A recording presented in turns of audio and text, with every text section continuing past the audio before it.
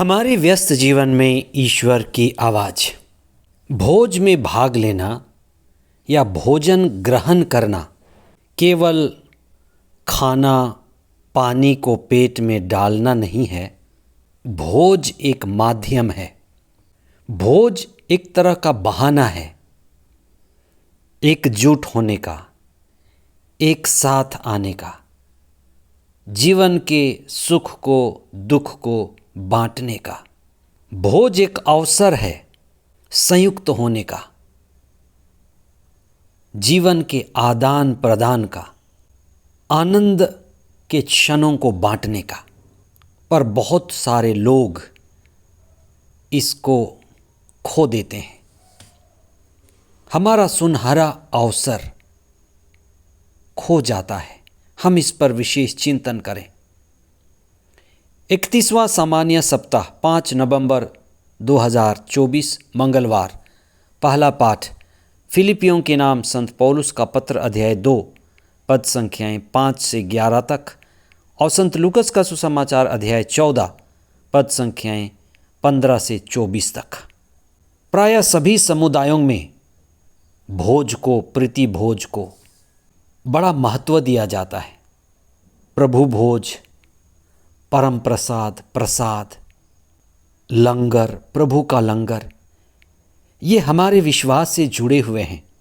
सभी भोज आध्यात्मिकता से जुड़े हुए हैं। ये साधारण नहीं माने जाते। भोज से सभी लोग परिचित होते हैं। यही कारण होगा कि ईसा ने भी अपनी शिक्षा में भोज को बड़ा महत्व दिया है।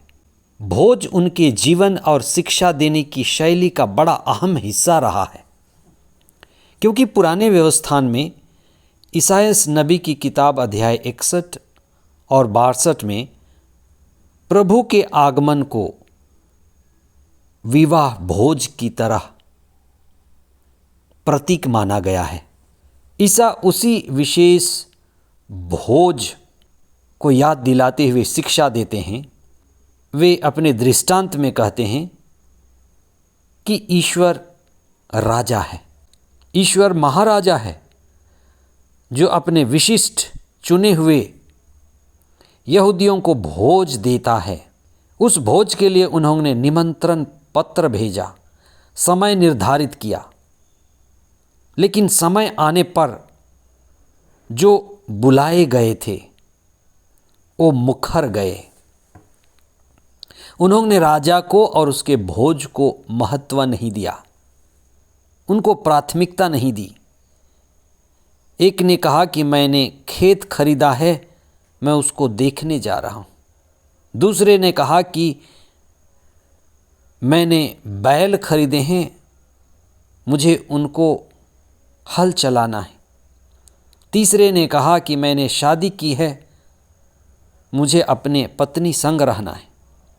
सबके अपने अपने बहाने थे, घरेलू बहाने थे। बहानेबाजी के कारण वे भोज में नहीं जा सके।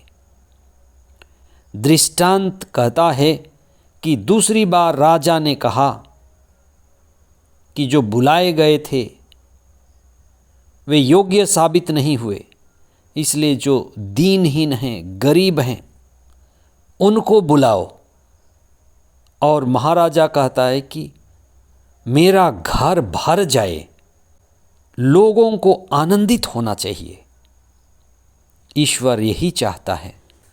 ईश्वर के भोज में संयुक्त होना हमारे जीवन के बुलाहट को बताता है कि ईश्वर ने हमें अपने प्रतिरूप बनाया है, अपने संग संयुक्त होकर जीने के लिए बनाया है। इसलिए प्रार्थना ईश्वर के साथ भोज है, संस्कारों में भाग लेना ईश्वर के साथ भोज है। और सभी मसीही प्रार्थना के लिए बुलाए गए हैं। लेकिन बहुत बार हम सब चीज़ करते हैं, प्रार्थना नहीं करते हैं। सब चीज़ के लिए समय है, प्रार्थना के लिए समय नहीं है, प्रभु के भोज के लिए समय नहीं है। यही कारण है कि हम आनंद से वंचित रह जाते हैं। जीवन में सब मिला, काम मिला, नौकरी मिला, पैसा है, पर आनंद नहीं है। आप कुछ समय प्रभु के लिए निकालें, प्रभु के दिव्य वचन को पढ़ें, मौन हो जाएं, अपने व्यक्तिगत जीवन को आनंदित होने का अवसर दें। जब आप आनंदित हैं तो आपके चारों ओर, आपके परिवार में, आपके सभी कामों में आनंद प्रवाहित होगा। इसलिए प्रभु की संगति को प्राथमिकता दें, प्रार्थना को, और लोगों के साथ एक साथ मिलकर प्रार्थना को, पारिवारिक प्रार्थना को महत्व दें। अपने परिवार में, अपने व्यक्तिगत जीवन में आनंद को प्रवाहित होने दें। आमीन।